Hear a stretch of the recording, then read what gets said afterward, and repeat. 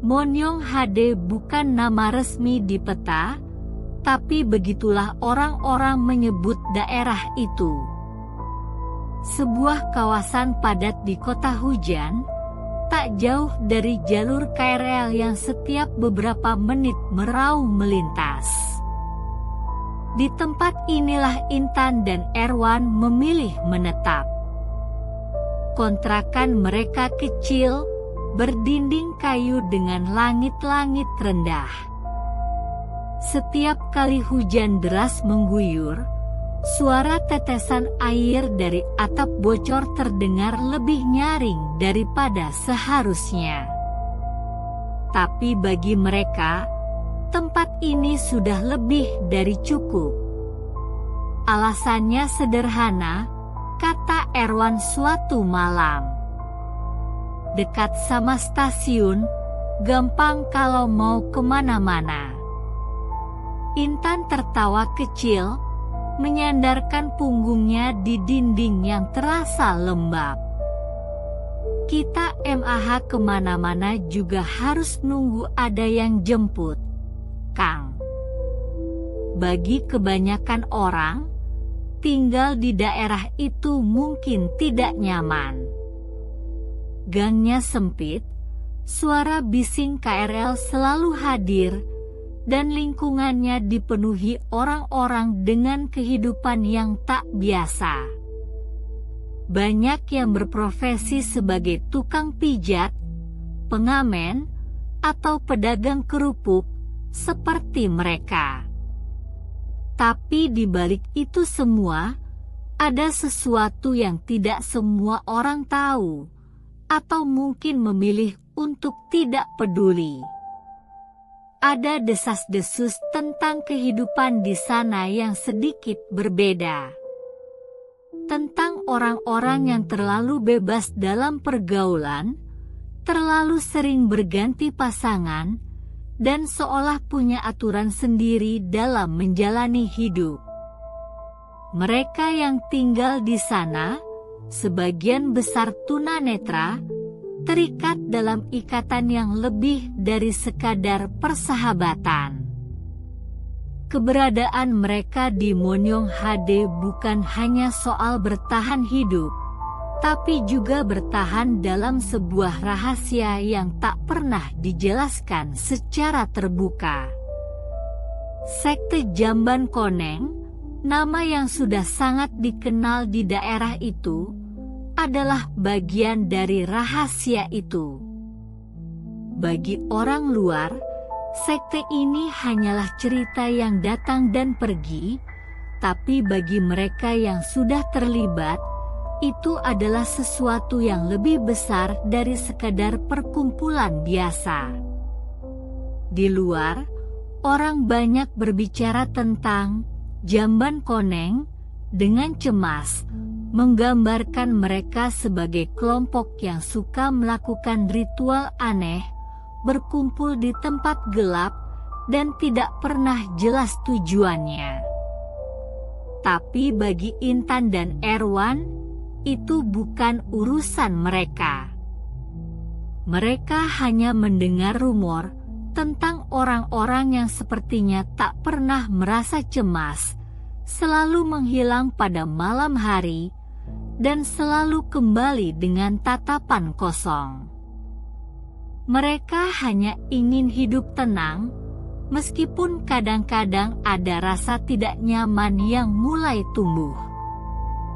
Hingga akhirnya, sesuatu mulai terasa berbeda. Malam itu, setelah mereka selesai makan malam, udara di dalam kontrakan terasa lebih berat dari biasanya. Intan, yang duduk di kasur lantai, merasakan bulu kuduknya berdiri. Seperti ada yang mengawasi. "Kang, dengar nggak?" tanyanya pelan, suaranya sedikit bergetar.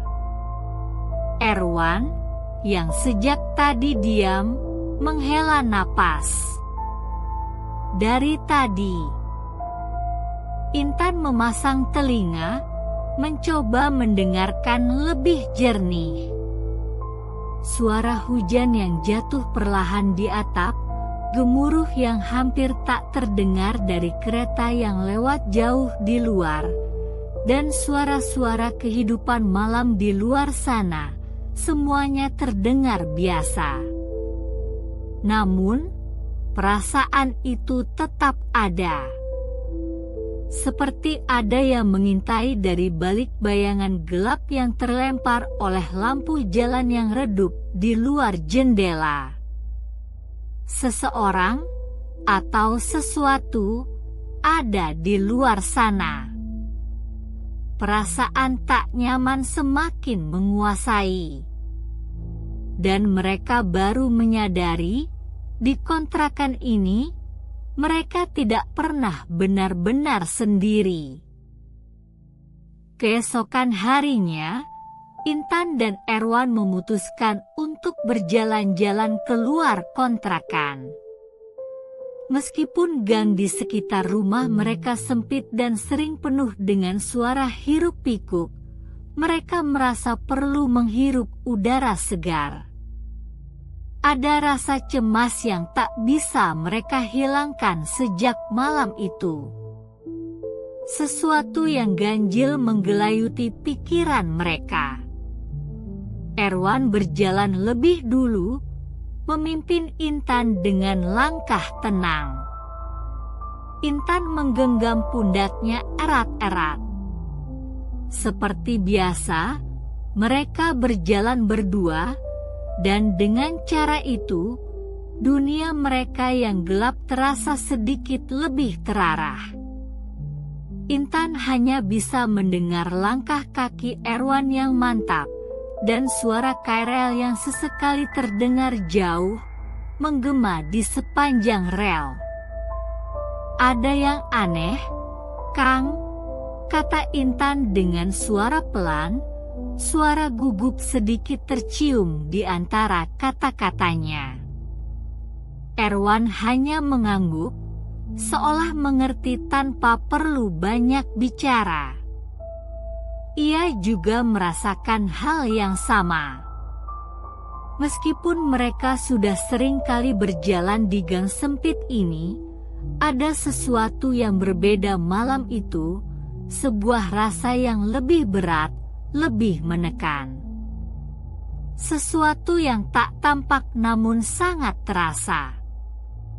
Mereka tiba di sebuah warung kecil yang biasa mereka singgahi. Warung itu milik seorang wanita yang dikenal dengan nama Ibu Wulan. Dia tunanetra seperti mereka, tetapi selalu tampak tenang, seolah hidupnya tidak terpengaruh oleh hiruk-pikuk kehidupan sekitar. "Ibu Wulan, sehat?" tanya Erwan, mencoba membuka percakapan. Ibu Wulan mengangguk pelan, mendengarkan dengan seksama suara mereka. "Sehat, alhamdulillah. Tapi akhir-akhir ini, ada yang kurang enak rasanya," jawabnya, sambil merasakan suasana di sekitar. Intan merasakan keheningan yang tak biasa. Ada ketegangan di udara, seperti ada sesuatu yang tengah mengawasi mereka. Sebuah perasaan yang semakin terasa menyesakkan sejak malam itu. "Apa maksudnya, Bu?" tanya Intan, menahan rasa ingin tahu yang menggebu. Ibu Wulan terdiam sejenak, seperti sedang menimbang-nimbang kata-kata. Monyong HD itu tempat yang penuh dengan cerita tak terungkap. Orang-orang yang tinggal di sini punya cara hidup mereka sendiri, yang kadang-kadang tidak kita mengerti. Suaranya pelan, namun penuh penekanan. Tapi, hati-hati dengan siapa kalian bergaul. Ada kelompok yang berbeda. kelompok yang menginginkan lebih dari sekadar hidup biasa. Intan dan Erwan saling bertukar pandang. Mereka tahu, pasti ada sesuatu yang lebih besar di balik semua ini. Sesuatu yang selama ini mereka abaikan. "Kelompok apa, Bu?" tanya Intan, semakin penasaran. Ibu Wulan menghela napas panjang. "Kelompok Jamban Koneng. Mereka bukan sekadar sekte biasa. Mereka memiliki pengaruh yang kuat di sini. Tapi mereka hanya muncul pada waktu tertentu. Hati-hati kalau mereka datang mencari. Tak ada yang tahu apa yang sebenarnya mereka inginkan, tetapi kalau sudah terlibat, sulit keluar." Sekarang Intan dan Erwan benar-benar merasa ada yang salah. Mereka telah mendengar nama Jamban Koneng sebelumnya, tapi baru sekarang mereka merasakan ketegangan yang mengikutinya. Nama itu bukan sekadar desas-desus belaka, ada sesuatu yang jauh lebih gelap di baliknya. "Jangan khawatir, Bu," kata Erwan akhirnya, mencoba menenangkan. "Kami hanya baru sampai di sini, nggak ada niat buat terlibat dengan hal-hal seperti itu." Ibu Wulan mengangguk, meskipun ada kecurigaan yang tidak bisa disembunyikan di matanya. "Tapi hati-hati. Ada banyak jalan yang tak terlihat di sini. Kadang, sekilas kita merasa aman, padahal kita sudah mulai terseret." Setelah percakapan itu, mereka berdua kembali berjalan. Intan merasa perasaan gelisah semakin menguat. Ada sesuatu yang mengganggu dirinya lebih dari sekadar rasa takut yang biasa. Ada perasaan seolah mereka mulai masuk ke dalam dunia yang tak mereka kenali, dan dunia itu menanti untuk menelan mereka. Ketika mereka tiba kembali di kontrakan, sesuatu terasa aneh. Pintu kontrakan yang tadinya terkunci rapat, kini terbuka sedikit. Tidak ada suara orang yang memasuki rumah, tapi udara dalam ruangan terasa lebih berat, lebih tegang. Intan melangkah hati-hati masuk, disusul Erwan yang tetap waspada. "Kang, ada yang gak beres," bisik Intan, merasakan sesuatu yang semakin kuat, seperti bayangan yang mulai menyelimuti hidup mereka. Erwan mengangguk perlahan, merasakan hal yang sama. Ada sesuatu yang mengintai mereka. Mungkin tidak terlihat, tapi keberadaannya tidak bisa mereka abaikan. Mereka sudah mulai terseret ke dalam sesuatu yang lebih besar, dan tak ada jalan mundur. Hari-hari berlalu, tetapi ketegangan yang mereka rasakan semakin memadat. Setiap kali Intan dan Erwan kembali ke kontrakan setelah keluar, perasaan tidak nyaman itu selalu mengikutinya. Suasana yang tadinya terasa familiar kini berubah menjadi asing. Mereka mulai merasa seperti berada di bawah pengawasan, seperti ada sesuatu yang mengikuti setiap langkah mereka. Malam itu, setelah kembali dari warung Ibu Wulan, mereka duduk di ruang tamu kecil kontrakan mereka. Tidak ada suara selain desiran angin yang masuk melalui celah-celah dinding kayu yang sudah usang. KRL yang lewat sesekali menjadi pengingat betapa dekatnya dunia yang bising itu, namun dunia di dalam kontrakan mereka terasa semakin sunyi. Erwan meraba-raba lututnya, kebiasaannya saat berpikir. Kita harus cari tahu lebih banyak tentang Jamban Koneng, katanya dengan nada serius. Intan merasakan kasur tipis di bawahnya berderit pelan saat ia mengubah posisi duduk. Iya, Kang. Semakin lama semakin terasa ada yang mengawasi kita. Sejak percakapan tadi, aku merasa ada yang salah.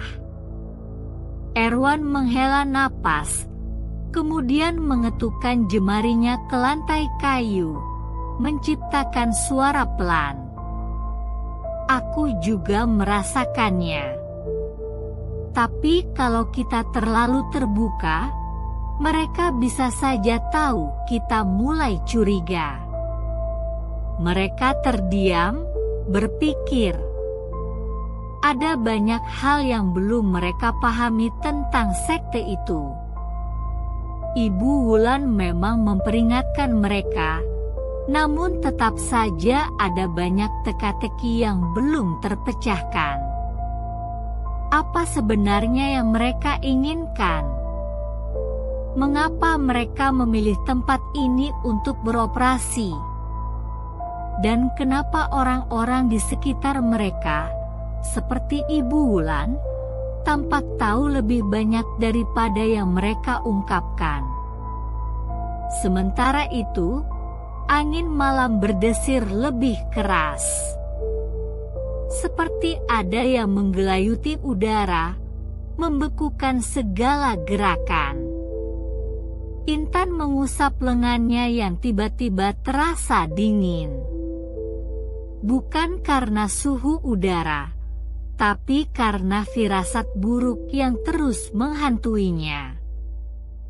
Kalau kita benar-benar ingin tahu lebih banyak, kata Intan setelah beberapa lama, mungkin kita perlu menemui orang-orang yang lebih tahu tentang Jamban Koneng. Mereka yang lebih lama tinggal di sini. Erwan mengangguk pelan, meskipun ia tahu Intan tidak akan melihatnya. Aku setuju. Kita butuh lebih banyak informasi. Kita tak bisa hanya bergantung pada apa yang Ibu Wulan katakan. Malam itu mereka memutuskan untuk bertanya lebih banyak kepada beberapa orang yang mereka anggap mungkin tahu lebih banyak tentang Jamban Koneng. Orang-orang yang sudah lama tinggal di sekitar kontrakan mereka. Tapi mereka harus hati-hati, karena siapa tahu ada yang sudah terperangkap dalam pengaruh sekte ini. Keesokan harinya, mereka berjalan menuju warung Pak Budi, seorang pria yang dikenal cukup tua dan sering duduk di depan rumahnya sepanjang hari. Dengan tongkat lipat di tangan masing-masing, mereka menyusuri jalanan yang sudah akrab dengan langkah-langkah mereka. Erwan berjalan sedikit di depan, sementara Intan mengikuti ritmenya, mendengarkan suara langkah kaki Erwan dan suara khas tongkatnya yang menyentuh tanah. Pak Budi duduk di bangku kayu di depan warungnya. Dari suara napasnya yang berat dan sesekali batuk kecilnya, Intan bisa menebak bahwa pria itu sedang merokok. Aroma tembakau bercampur dengan bau kayu basah di sekitar warungnya. Pak Budi, selamat pagi, sapa Erwan dengan nada sopan. Pak Budi menggerakkan kursinya sedikit. Terdengar suara kayu berderit. Pagi. Kalian datang untuk apa? Erwan menyesuaikan posisi berdirinya, merasakan tekstur lantai di bawah kakinya untuk memastikan ia tidak berdiri terlalu dekat dengan warung. Kami ingin tanya-tanya soal jamban koneng, Pak. Hening. Pak Budi menarik napas panjang. Suara bara rokoknya terdengar lebih nyaring dalam keheningan yang tiba-tiba melingkupi mereka. Kalian tahu apa tentang mereka? Tanyanya dengan suara yang lebih pelan, nyaris seperti bisikan. Intan menggenggam tongkatnya lebih erat. Baru mendengar, Pak. Ibu Wulan sempat memperingatkan kami. Pak Budi menghela napas panjang lagi. Hati-hati dengan nama itu, katanya pelan. Mereka bukan sekedar kelompok biasa. Mereka punya cara yang sangat berbahaya.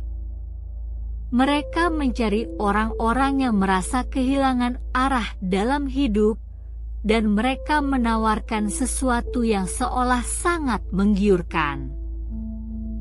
Erwan mengernyit, kebiasaan yang masih ia lakukan meskipun ia tidak bisa melihat.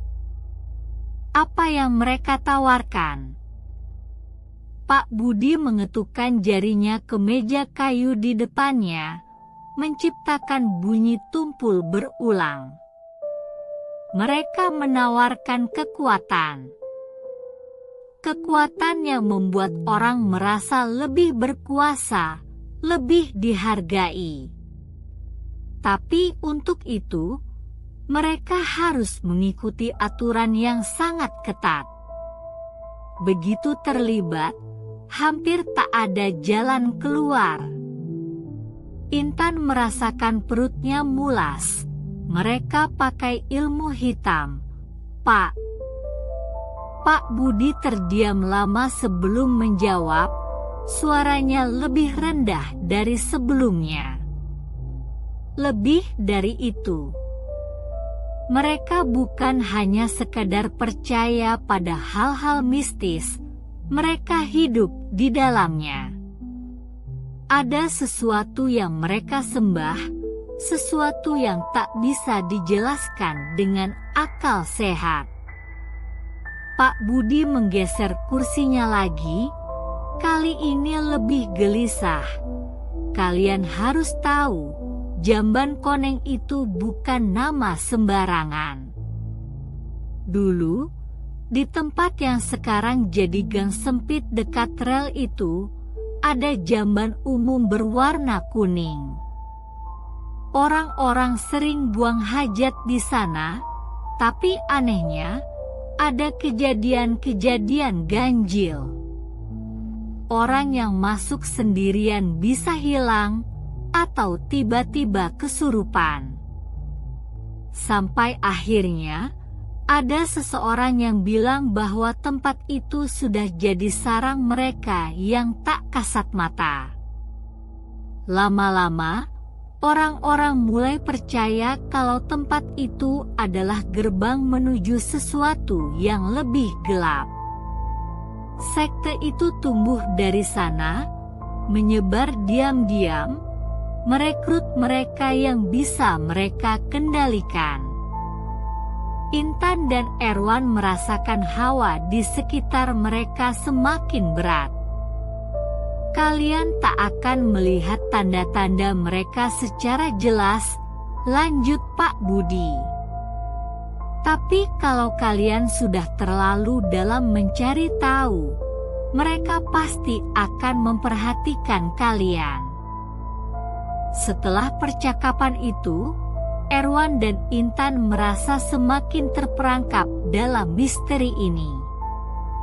Tidak ada yang tahu apa yang akan terjadi selanjutnya, Tetapi satu hal yang pasti, mereka telah melangkah lebih dalam ke dalam kegelapan, dan tidak ada jalan mundur.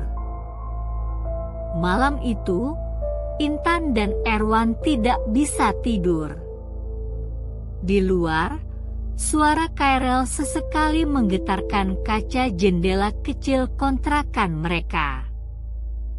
Hujan yang sejak sore turun kini tinggal gerimis, tapi hawa dingin yang menyusup ke dalam ruangan terasa lebih berat dari biasanya, seperti membawa sesuatu yang tidak kasat mata. Intan menggenggam lengan Erwan erat. "Kang, perasaan aku nggak enak," bisiknya. Erwan menghela napas. "Dari tadi aku juga ngerasa aneh. Kayak ada yang ngeliatin kita." Keduanya terdiam, hanya mendengar suara detak jam dinding dan rintik hujan di luar. Lalu, tiba-tiba, tok, tok, tok. Suara ketukan di pintu. Intan menegang. "Siapa malam-malam gini?" Erwan bangkit pelan, meraba arah dinding untuk memastikan posisinya. Dia tidak mengambil tongkat karena mereka sudah hafal betul tata letak ruangan.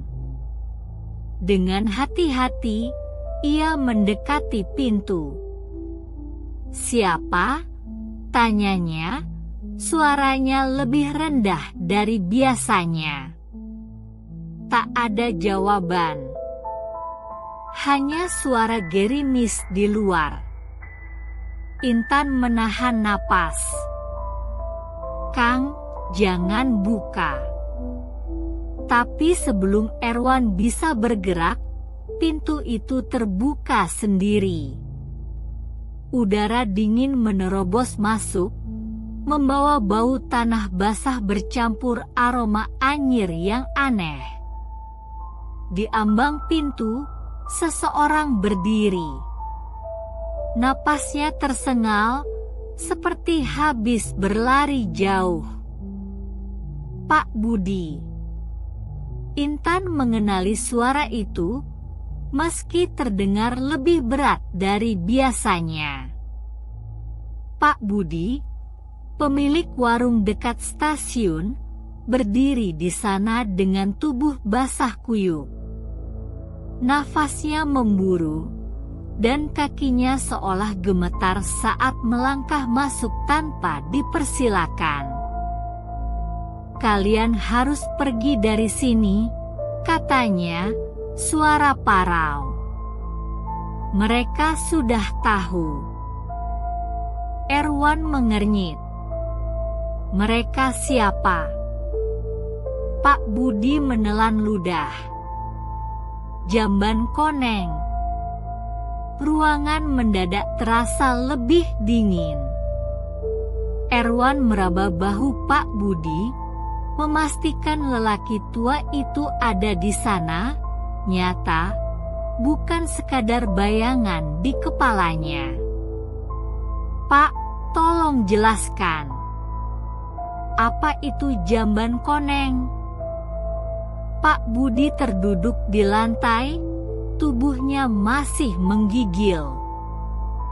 Dulu, sebelum daerah ini jadi perkampungan, tempat ini adalah tanah suci bagi sebagian orang dan tempat terkutuk bagi yang lain. Tempat ini adalah bekas. Ia berhenti sejenak, suaranya semakin pelan. "Jamban Prabu Siliwangi." Intan mengerutkan kening. "Pak, maksudnya?" Pak Budi menarik napas panjang. "Tahi Prabu Siliwangi, Nak." Ruangan seakan membeku. Pak Budi melanjutkan, suaranya semakin lirih. Orang-orang zaman dulu percaya, apapun yang keluar dari tubuh seorang raja sakti tidak bisa dianggap sepele. Kotorannya bukan sekadar limbah. Itu adalah bagian dari dirinya, mengandung khodam, isian gaib yang kuat. Ketika tubuhnya menghilang secara misterius, tanah ini tetap menyimpan sisa-sisanya. Dan disitulah sesuatu lahir. Entitas yang berasal dari kekuatan Prabu Siliwangi, tapi tanpa tubuh. Dia butuh wadah. Erwan mulai memahami arah cerita ini. Dan mereka ingin menjadikan Intan wadahnya. Pak Budi mengangguk pelan. Bukan sembarang orang yang bisa dipilih. Hanya yang memiliki darahnya. Dan tanda itu ada di tubuhnya. Intan meraba belikat kirinya. 3 titik tahi lalat. Seumur hidupnya, ia tak pernah menganggap itu lebih dari sekadar tanda lahir biasa. Tapi sekarang, semua mulai masuk akal. Pak Budi menelan ludah. Kau harus pergi sebelum mereka datang. Namun terlambat. Dari luar, terdengar langkah kaki. Banyak. Erwan menegang, telinganya menangkap suara orang-orang yang bergerak mendekat. Pak Budi menajamkan pendengarannya. Mereka sudah di sini. Lalu terdengar suara berbisik dari luar. Kami sudah menunggumu. Pemimpin kami. Erwan dan Intan tidak bisa kemana-mana. Langkah kaki dari luar semakin mendekat. Nafas mereka tertahan, tubuh menegang. Pak Budi masih duduk di lantai, menggigil. Sementara dari luar kontrakan, suara-suara sumbang terdengar samar. Mereka sudah mulai. Bisik Pak Budi, suaranya gemetar. Kalian harus bertahan, jangan sampai mereka menyentuh kalian. Intan menggenggam tangan Erwan erat. Pak, mereka siapa sebenarnya? Apa yang akan mereka lakukan? Pak Budi menelan ludah. Orang-orang yang sudah terpapar jamban koneng, mereka bukan manusia biasa lagi. Suara langkah semakin mendekat. Kini terdengar lirih gumaman, seperti doa yang dipelintir, nada-nada yang asing dan membuat bulu kuduk berdiri. Kami hanya ingin mengantarkanmu. Pemimpin kami. Pak Budi merapat ke dinding, seolah mencoba menelan ketakutannya sendiri. Mereka dulunya orang biasa. Tapi sejak mereka mulai mengikuti sekte jamban koneng, sejak tubuh mereka menyerap kotoran itu, mereka bukan lagi manusia yang kalian kenal. Erwan mengernyit.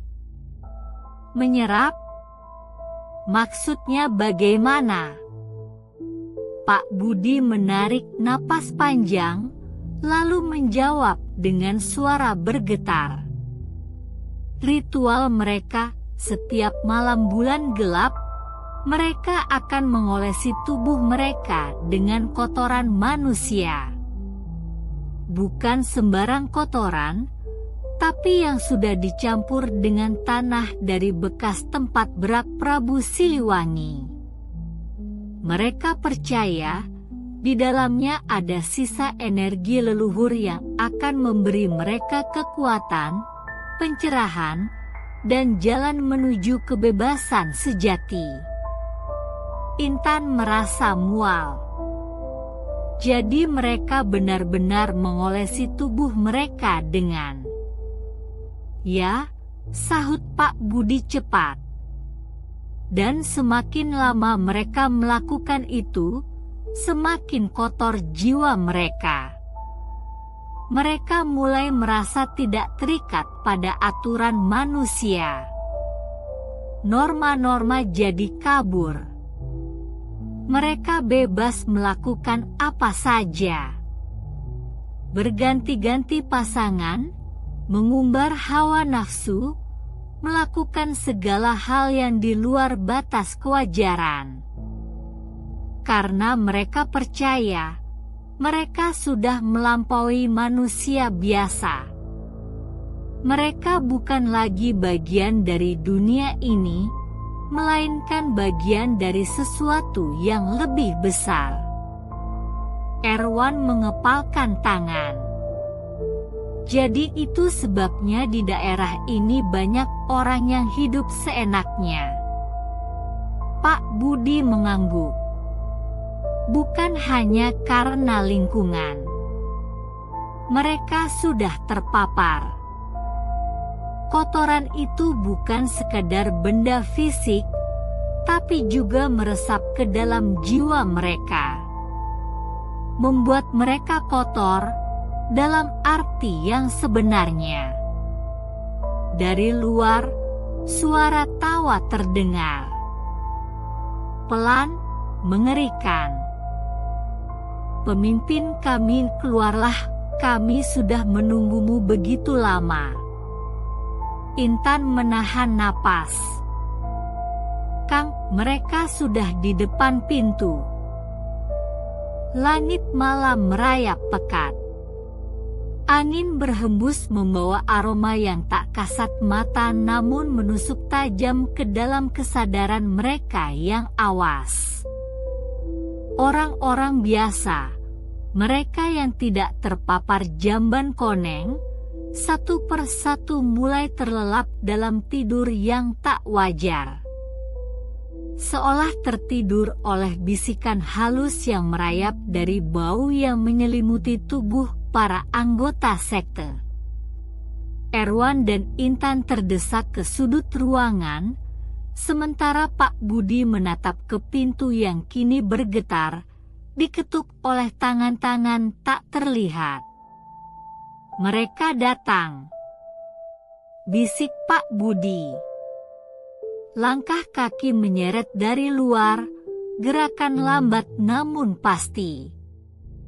Terdengar suara gemericik seperti air yang menetes dari sesuatu yang kotor.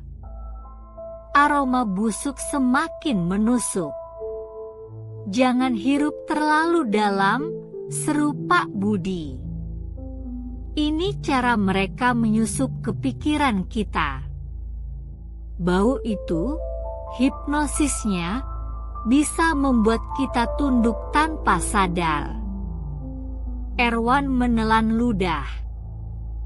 Lalu kenapa kita bertiga masih sadar? Orang lain sudah tertidur pulas. Pak Budi menarik napas, menegakkan tubuhnya. Karena aku dan seseorang yang akan kita temui adalah keturunan Kian Santang. Darah kami sudah terlindungi sejak lama dari kegelapan yang disebarkan oleh jamban koneng. Intan terbelalak. Kian Santang, putra Prabu Siliwangi. Pak Budi mengangguk. Dulu, Kian Santang dan Prabu Siliwangi berseberangan.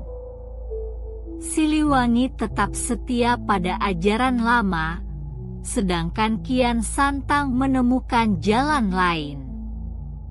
Tapi sebelum mereka berpisah, Prabu Siliwangi memperingatkan Kian Santang tentang kutukan yang akan muncul dari sisa peninggalan Pajajaran. Sebuah energi gelap yang tidak bisa dihancurkan, hanya bisa ditahan. Dan Jamban Koneng adalah bagian dari kutukan itu. Tiba-tiba, pintu didobrak. Sosok-sosok hitam dengan mata kosong berhamburan masuk. Kulit mereka berlendir, tubuh mereka mengeluarkan bau busuk yang semakin pekat. Mereka merangkak, bergerak seperti makhluk yang kehilangan kemanusiaannya. Pak Budi tak berpikir panjang. Pegang tanganku, kita harus keluar. Dengan gerakan cepat, Pak Budi menarik Erwan dan Intan, membentuk formasi berbaris seperti gerbong kereta. Pegang erat. Kita keluar dari sini. Mereka berlari menerobos pintu belakang, menyusuri gang sempit yang hanya diterangi rembulan samar. Para anggota sekte mengejar mereka dengan langkah cepat dan gerakan tak wajar, seakan tubuh mereka tak lagi memiliki batasan manusiawi. Saat mereka hampir terpojok di sebuah pertigaan gelap, seseorang berdiri di ujung gang. "Kesini, cepat!" Suara itu terdengar lantang. "Ibu Kokom!" Penjaga warteg yang selama ini dikenal hanya sebagai pedagang sederhana, kini berdiri dengan keyakinan penuh. Di tangannya, ada sesuatu yang aneh. Pak Budi tersenyum lega. Sudah saatnya. Ibu Kokom mengeluarkan sehelai bulu dari saku bajunya. "Kalian tahu? Selama ini aku sudah mengumpulkan ini dari tubuhku sendiri. Setiap hari, setiap tahun, tanpa ada yang tahu. Dan sekarang, saatnya aku menggunakannya." Dengan gerakan kilat, Ibu Kokom menaburkan bulu keteknya ke arah para pengejar. Angin berputar, membawa serpihan-serpihan kecil itu menghantam wajah mereka.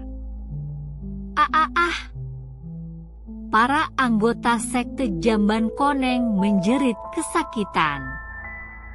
Mereka meronta, tubuh mereka mengeluarkan asap hitam, seolah bulu ketek itu membakar esensi kegelapan yang telah meresap ke dalam tubuh mereka.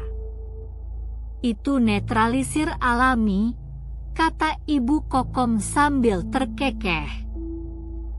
"Keringat murni, tidak pernah tersentuh sabun selama puluhan tahun. Aku tahu suatu saat ini akan berguna." Pak Budi mengangguk. "Ini baru awal. Kita harus segera keluar dari wilayah ini sebelum mereka bisa bangkit kembali." Dengan formasi kereta-keretaan yang dipimpin Pak Budi, mereka berlari menyusuri lorong sempit, melewati kota yang kini terdiam dalam tidur hipnosis.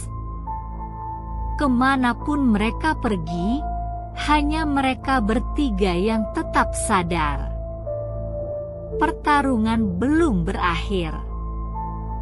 Tapi malam ini, untuk sementara, mereka selamat.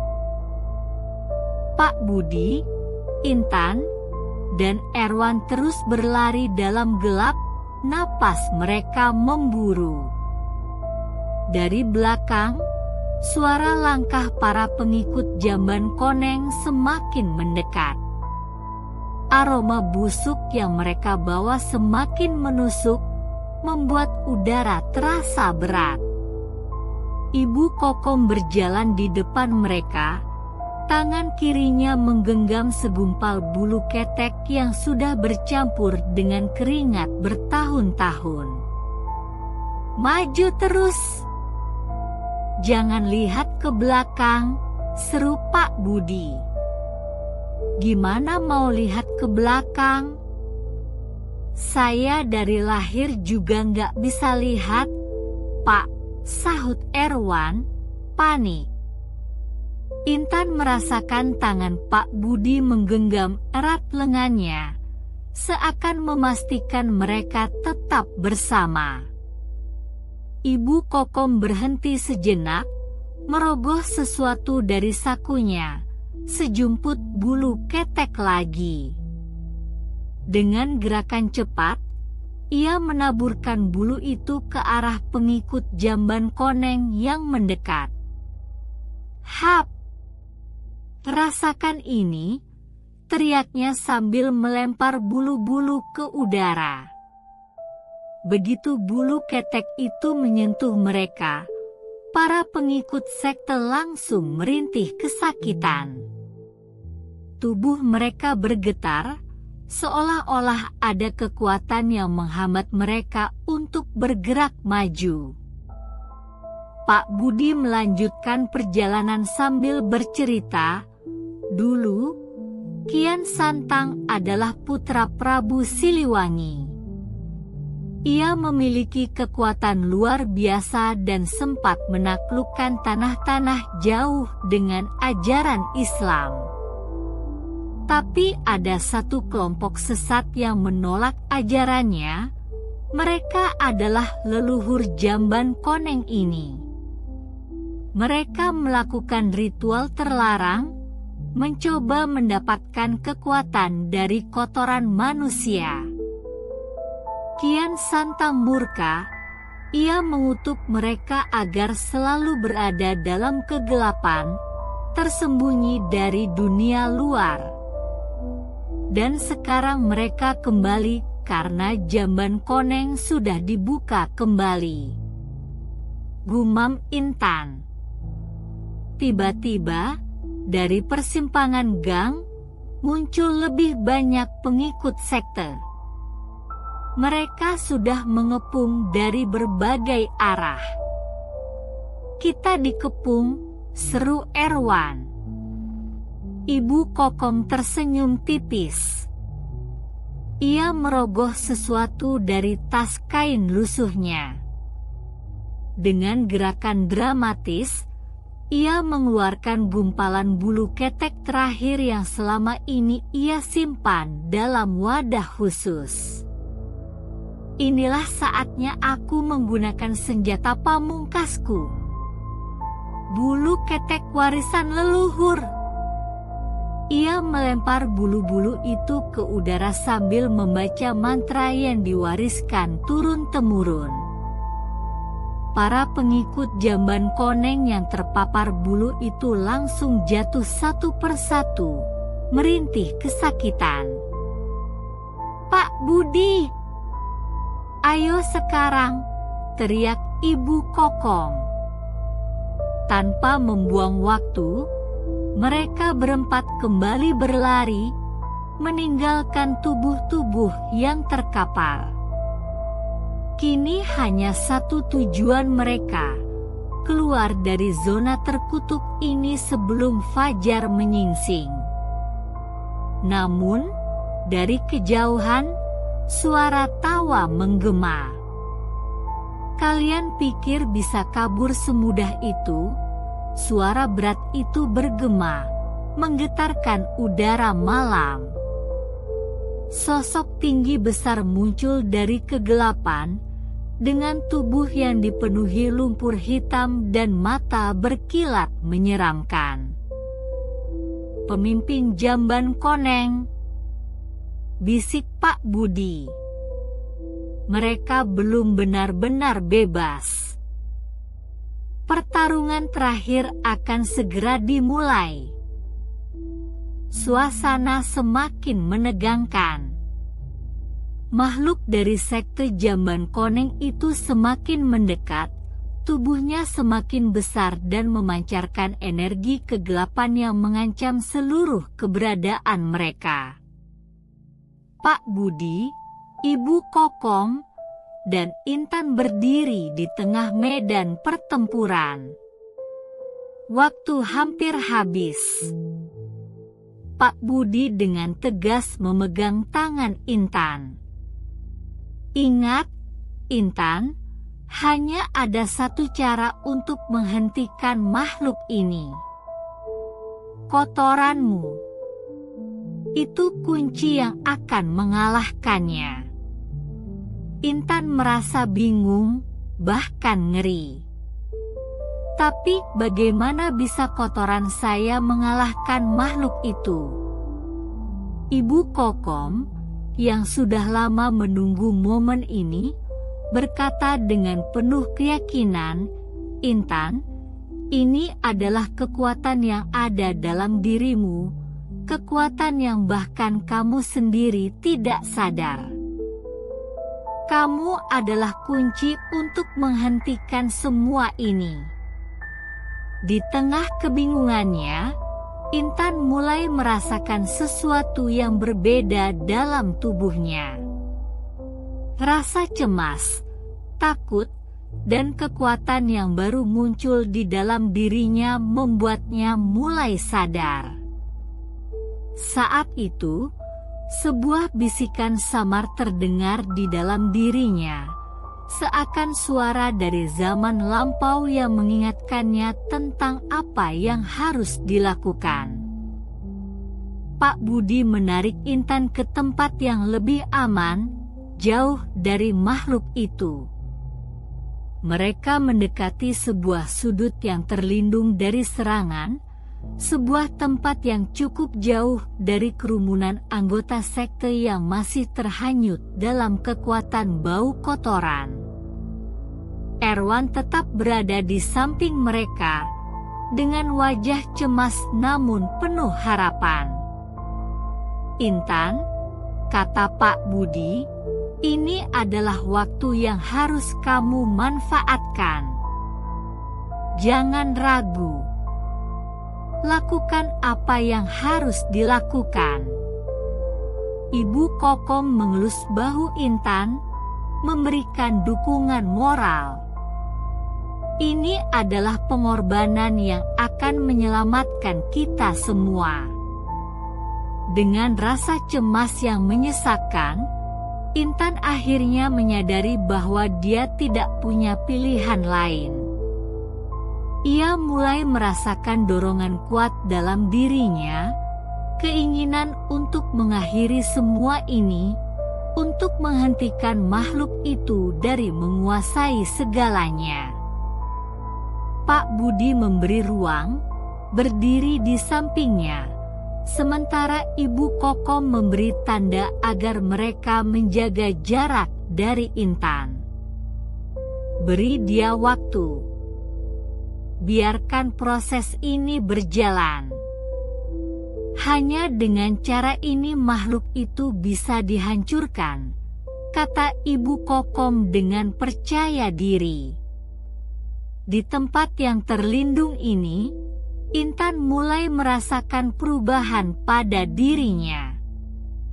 Rasa cemas itu berubah menjadi dorongan yang kuat, hampir seperti ada kekuatan yang memaksanya untuk melakukan sesuatu yang luar biasa.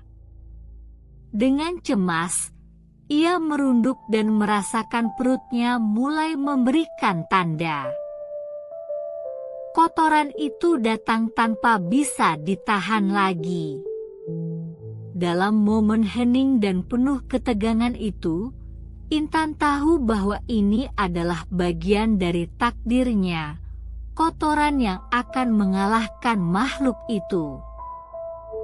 Pak Budi, yang sudah siap dengan rencana, memberi ruang lebih bagi Intan untuk melaksanakan tugasnya. Ia tahu momen ini sangat genting. Intan perlahan-lahan mulai menaikkan roknya, mengangkatnya sedikit agar lebih leluasa. Hembusan angin menyentuh kulitnya, menambah ketegangan yang semakin terasa.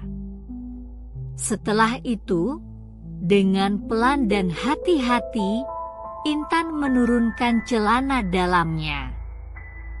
Tangan Ibu Kokom tetap berada di bahunya, memberi dukungan emosional. "Kamu bisa, Intan." Dengan susah payah, Intan merasa tubuhnya mulai berkontraksi. Ia bisa merasakan dorongan yang kuat. Tanpa bisa ditahan lagi, kotoran mulai keluar, pelan namun pasti. Namun kali ini, kotoran itu tidak berbau busuk seperti yang mereka duga. Sebaliknya, ada bau bunga yang harum menyebar ke udara, membawa energi baru yang kuat. Kotoran yang keluar dari tubuh Intan juga memiliki kekuatan magis yang mampu meresap ke dalam tanah. Para anggota sekte yang mendekat terkejut dan mulai mundur. Bau tersebut melumpuhkan mereka, membuat mereka kehilangan kekuatan mereka satu persatu. Begitu kotoran itu mengenai tubuh makhluk itu, sesuatu yang luar biasa terjadi. Tubuh makhluk itu yang terbuat dari bayang-bayang dan kegelapan itu mulai bergetar hebat, seakan ada kekuatan yang menghisapnya. Dalam sekejap, makhluk itu terhuyung mundur, kemudian hancur seperti debu yang terbakar oleh api. Energi gelap yang mengelilingi mereka pun menghilang, dan yang tersisa hanyalah kehampaan. Monyong HD, yang telah lama tercekik oleh kekuatan Jamban Koneng, kini terbebas dari cengkeraman sekte tersebut. Kemenangan atas Jamban Koneng membuat Monyong HD akhirnya terbebas dari ancaman yang telah lama mengintai. Namun, meskipun sekte itu telah punah, sisa-sisa pengaruhnya masih tersisa di dalam diri beberapa orang, terutama para tunanetra yang pernah terjerat dalam ajaran mereka. Mereka mungkin telah bebas dari pengaruh kotoran itu, tetapi kebiasaan dan perilaku yang telah terbentuk tetap melekat. Pak Budi dan Ibu Kokom, yang selama ini diam-diam menjaga Monyong HD, tetap menjalani kehidupan sederhana mereka. Nama mereka mungkin bukan yang sebenarnya, tetapi keberadaan mereka tak akan pernah bisa dilupakan. Meskipun kekuatan Jamban Koneng telah dihancurkan, warisan dari masa lalu tetap membayangi kehidupan mereka yang terus berjuang melawan kegelapan. Di warung kecil itu, Pak Budi menyapa para tunanetra yang datang untuk makan, sementara Ibu Kokom dengan cermat menaburkan sedikit bulu keteknya ke dalam setiap makanan yang disajikan. Ia tahu, pengaruh sekte itu mungkin telah lenyap, tetapi sesuatu yang lebih halus, lebih sulit dihapus, masih mengendap dalam diri mereka. Bulu ketek itu, dengan keringat perjuangan yang melekat di setiap helainya, menjadi semacam penawar. Mereka yang memakannya mungkin tidak sadar, tetapi di balik rasa makanan yang mereka nikmati, ada perlindungan yang bekerja dalam diam. Bertahun-tahun setelah pertempuran epik itu, kehidupan di Monyong HD kembali tenang. Para tunanetra yang dulu terpapar oleh pengaruh Jamban Koneng memang telah sembuh, tetapi pola hidup mereka tetap tidak berubah. Kebiasaan-kebiasaan lama terus berulang, seolah ada sesuatu yang tak kasat mata yang mengikat mereka pada masa lalu. Pak Budi dan Ibu Kokom tetap menjadi penjaga yang tak terlihat. Mereka tahu, meskipun sekte itu telah dihancurkan, jejaknya masih ada. Mantan anggota sekte yang kini menjalani kehidupan normal pun tetap berganti pasangan, tanpa menyadari bahwa itu adalah efek samping dari kekuatan zaman koneng yang pernah mengalir dalam diri mereka. Waktu terus berjalan. Dunia luar mungkin telah melupakan semuanya, tetapi Pak Budi dan Ibu Kokom tidak. Mereka tetap berjuang dengan cara mereka sendiri, memastikan bahwa kegelapan itu tidak bangkit kembali. Sekte itu mungkin telah tiada, tetapi ingatan tentangnya, serta cara-cara yang ditempuh untuk melawannya, tetap tinggal. Dan hidup pun terus berjalan. Seperti biasa. Tamat.